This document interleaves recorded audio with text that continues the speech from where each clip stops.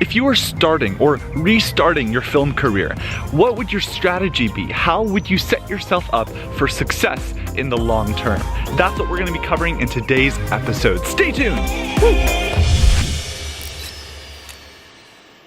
Hey guys, Josiah here with Real Difference Film School, and I know I talk a lot about a formal education in film not being necessary for filmmaking success. I talk about that experience is the most important thing, but I get a lot of questions about what that actually means.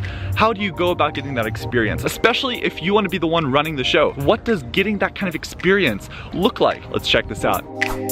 So since you want to be a director or at least kind of in the driver's seat, whether that's behind the camera in some form or fashion, I recommend starting by just producing your own stuff. What kind of stuff? 10-minute shorts, no longer than that. The second thing you want to remember is that you want these to be low budget. You want to stick away from things like water, animals, and children. It sounds kind of silly, but those are all things that drive the budget up. If you're filming underwater, on water, the equipment, you have to consider that and all the insurance and everything involved with that. If you're filming with children, just getting it to look decent, getting decent performances out of children is always a challenge. It really takes somebody who knows what they're doing. So that just adds another complication. Plus you're dealing with child labor laws and all that fun stuff. And animals, obviously, also difficult to control and get quality performances out of. A lot of people want to shoot something, some fantasy film or something taking place World War II or some sort of, 1950s era. If you have access to the right resources, great, go for it. But if not, you do want to keep in mind that those things do continue to drive the budget up. So watch out for that and make sure that you stick away from period pieces, things on water, children, animals, anything like that, anything along those lines. Really anything that's going to, huge stunts is also another one. Anything that's really going to drive the price of production up. You want this to be something where the story can be told on a very low budget. The next question I invariably get is, well, where do you get the story? I'm not a screenwriter, I don't want to be a screenwriter, I don't, come up with any good ideas. Where can what do I make my film about? I'm about to give you like the secret sauce of secret sauce tools right here, guys. Simply Scripts. It's basically like a YouTube for screenwriters. That means any screenwriter, any wannabe screenwriter, any professional screenwriter can upload their screenplays for others to read and enjoy. Now, 99% of them are absolutely horrendous, should never be made, and probably never will be, but every now and then you will find a gem. Take the time to sift through them until you either find that gem, or maybe you really can't find anything that's of the genre that you're looking for. Find a screenwriter whose writing you enjoy, somebody who actually really has a knack for it, and connect with them over Simply Scripts. A lot of these people really just want their films made. If they're posting on here, most likely it's because they're in it for the love of the game. They just honestly enjoy screenwriting and hope that somebody else will enjoy their work. So chances are, if you reach out to them, a lot of them actually want nothing more than credit in the film or want their stuff to be made. And so this is often a really great opportunity to get to connect with like-minded artists and people who can also add a lot of value to your filmmaking career. So remember what you're looking for: 10 minutes or less and low budget. All right, so you got your story. Congratulations, you're moving right along. What's the next step?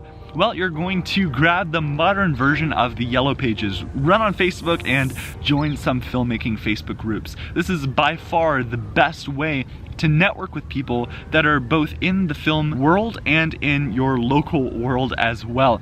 So try to find some local casting and crew search groups and start making connections, start crewing up. Remember, you want to keep your crew really slim. You want to keep it only to the bare bones, the people that are really necessary to be there. It's also really important to remember while you're crewing up and while you're getting your team together, is because it's a team effort, a collaborative sport of filmmaking, that there are going to be lots of opportunities for people to help you out on your projects, but also for you to help them out on theirs. So make sure that you do so. Make sure that you are giving back to the people that help you, and also just kind of, paying it forward, helping them out with their projects. Get the experience, make the connections, and you'll be setting yourself up for success in the long run.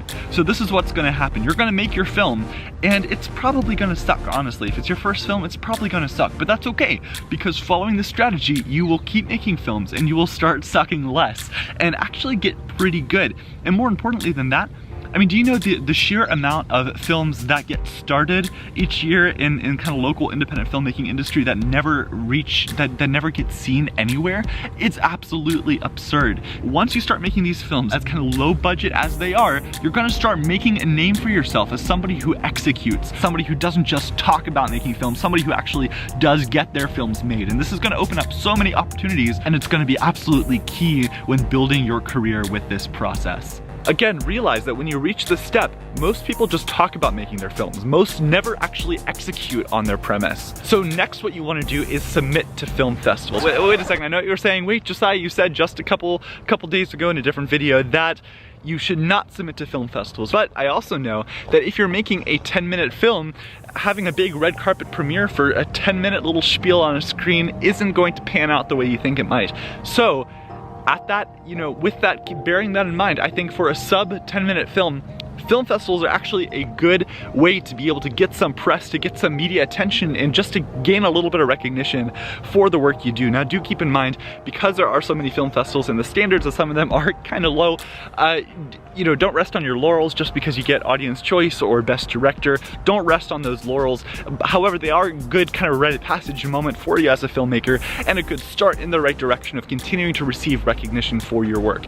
By the same token, don't let that inflate your ego. Stay humble, stay real, and realize that there's always going to be somebody more successful and more impactful with their work. Just do you, just keep being you, keep staying in it for the love of the craft and not for the love of the recognition, and you'll be fine. So that's the next step. Start submitting to film festivals. And finally, rinse and repeat. This is the final step of the process, and so basically you've started really small, started with a really small budget, team, and story, and so now you're gonna go with a slightly bigger story, slightly bigger budget, slightly bigger cast and crew, maybe slightly more notable talent, slightly larger film festivals. You get the idea. You keep building on this, just keep building on this, and you'll be really surprised at all the opportunities that open up for you, and even things like distribution deals and other syndication opportunities and many other big doors opening ahead of you. But yeah, I really hope that this was valuable to you, that it maybe inspired you, gave you some ideas for your own film career, what to do and what steps to take to get there. So I really hope that this was helpful for you. Best of success to you on your individual journey with all the projects, films, and opportunities ahead of you. You're doing amazing. Hang in there, stick with it, and I know that you're gonna accomplish great things and make a lasting, real difference. I'll catch you guys on the flip side. Keep it real. Woo!